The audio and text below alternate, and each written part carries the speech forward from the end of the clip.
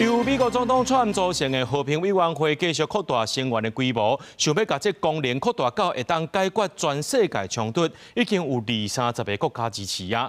川嘛讲，罗西亚同意加入，不过有真侪国家烦恼讲，这和平委员会会取代联合国安理会体制，到当时也未来表态，是因为川做这个和平委员会的主席有好国权。 美国总统川普倡议的和平委员会是持续扩大成员的规模，包括沙地阿拉伯、土耳其、埃及、约旦、印尼、巴基斯坦、卡达和科威特等真侪穆斯林国家日益宣誓加入。川普伫达沃斯嘛表示讲，罗西亚总统普廷嘛已经同意邀请。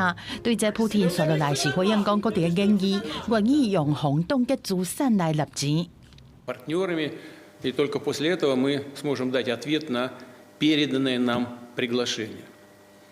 До решения нами вопроса об участии в составе и в самой работе Совета мира.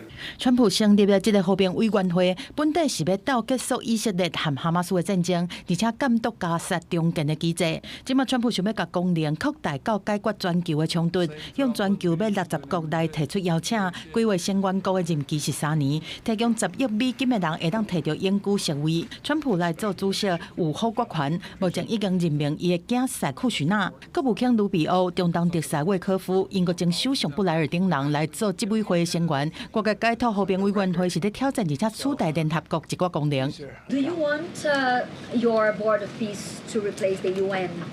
Well, it might. I mean, the UN just hasn't been very helpful. The UN will continue to relentlessly work for peace, in full respect for international law, and with a comprehensive effort to address the root causes of conflict. 联合国秘书长古提瑞斯发文指出讲，联合国宪章是国际关系的基础，若是领导人选择性来遵守规则，就会破坏全球秩序，而且建立危险的前例。若是少数人会当歪曲全球事实，影响选举，也是主导公共辩论的条件，都表示咱当面对不平等、和制度、和共同价值的腐败。